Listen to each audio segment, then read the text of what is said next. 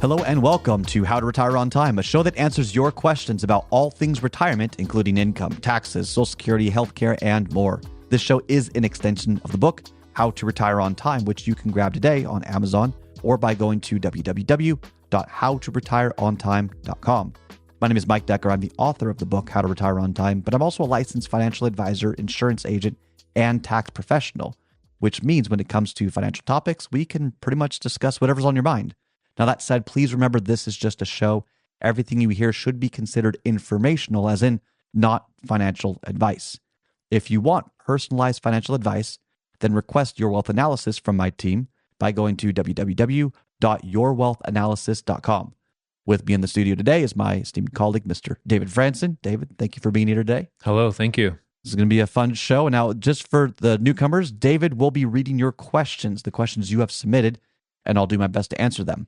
You can send your questions in now or anytime during the week by either texting them in to 913-363-1234. That's 913-363-1234, or email them to heymike@howtoretireontime.com.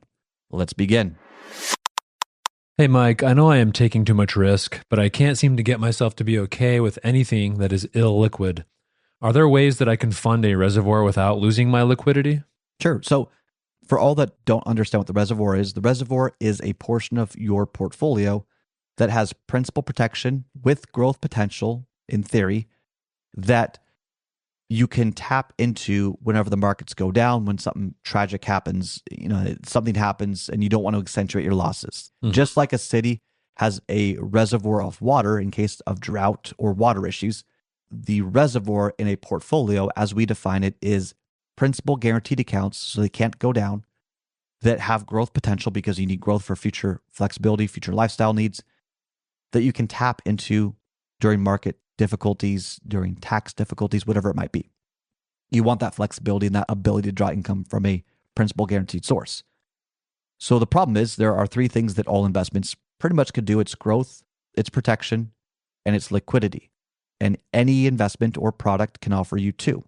You can't have your cake and eat it too. So you can have liquidity and protection, like a checkings or savings account, like a high yield money market, for example. You could have growth with liquidity, like your stocks. You can sell it and get the money within a couple of days, or mutual funds and so on, ETFs, anything in the fund category, for example. So it's got more growth potential than probably any other category, but it's liquid. It's not protected. There's risk associated with it. And then there are pretty much 5 investments or products that would work in the growth potential with protection category. So they lack liquidity. People do have a hard time with this sometimes. There are CDs, which typically do well for short-term protection needs. You've got treasuries or bonds, so not bond funds, but bonds. And they typically do well from a growth standpoint and liquidity scheduling, so laddering things out for your needs in maybe 2, 3, 4, 5 years. And then you've got fixed annuities. So as long as you're 59 and a half or older, because this is a retirement insurance product, you can basically get a CD from an insurance company. Just make sure there's no fees associated with it. You're not turning on the income. You're just using it strictly as a vehicle to grow your cash value at a fixed guaranteed rate. That's what a fixed annuity is. Many people don't know that you could do that you can basically get a CD from an insurance company, and they offer more competitive pricing for the 4, 5, 6 time frame than a CD would from a bank, because banks are fundamentally structured differently than insurance companies, and so their offers are different than each other. And then you've got fixed indexed annuities, which do, in my opinion, offer more cash growth potential if you're using it as a CD or bond alternative. But you can't touch it for 5, 6, 7, 8, 9 years, depending on which product you buy. So that's a conundrum. Do you need access to all of your money today? No. You're not going to spend everything today. So being able to protect some of your assets, even though they're illiquid for a certain period of time, also protects you from market crashes during that period of time. That's kind of why you would do a bucket or laddered out reservoir approach, because the market might crash next year and you can have enough liquidity then. The market might crash in 7 years. You need enough liquidity then, and so on. So this is where the complexity of the reservoir comes in. And that's why I say in my book often, when implemented correctly, because I meet people that say, well, I've got 1 year of cash ready to go for my reservoir. Well, markets can crash 3 years consecutively. So 1929, 1930, 1931, 1932, those, I believe it was 1930, so it started crashing in 1929, but that was technically a positive year. But 1930, 31, and 32 were 3 horrible years in a row. More famously and recently, 2000, 2001, 2002, 3 years going down. And there are other examples of multiple years going down. And then you need time to be able to recover. So there's a lot of misunderstood concepts about implementing all of this. So now that baseline is covered, let's answer the question. David, can you read the question one more time? So this person, they can't seem to get themselves to be okay with anything that is illiquid. Are there ways that they can fund a reservoir without losing liquidity? Yeah. So to answer this question, you're going to put a larger amount of money in a high yield savings account or a money market account. The cost of that is you're losing growth potential to hold on to your liquidity. So financially, there is a cost to it. It's opportunity cost. But if the markets go down, you can draw income from those sources whenever you want. It's liquid. It's very easy to implement. But at what cost? How much are you willing to get for your future self? Because in some sense, you could be robbing your future growth, your future lifestyle flexibility, or more assets that would be available for lifestyle changes, for healthcare costs, for legacy purposes, and the list goes on. So the answer is yes, you can do it. You're mostly looking at high yield savings or money market accounts, and you would have to have a smaller reservoir overall. And then whatever the next market crash happens, maybe it's got 3 years or so, and this is not financial advice. I don't know your situation, but you got a couple of years that's available, and maybe you start drawing income from other sources, even when they're still not fully recovered. But you're just taking more risk. You've got less growth potential, and whenever the markets recover, hopefully they do recover. At some point, they recover. We have a 100% recovery rate at some point in the markets. But then you have to refill your reservoir in those high yield savings. And so it becomes tedious. It is not efficient.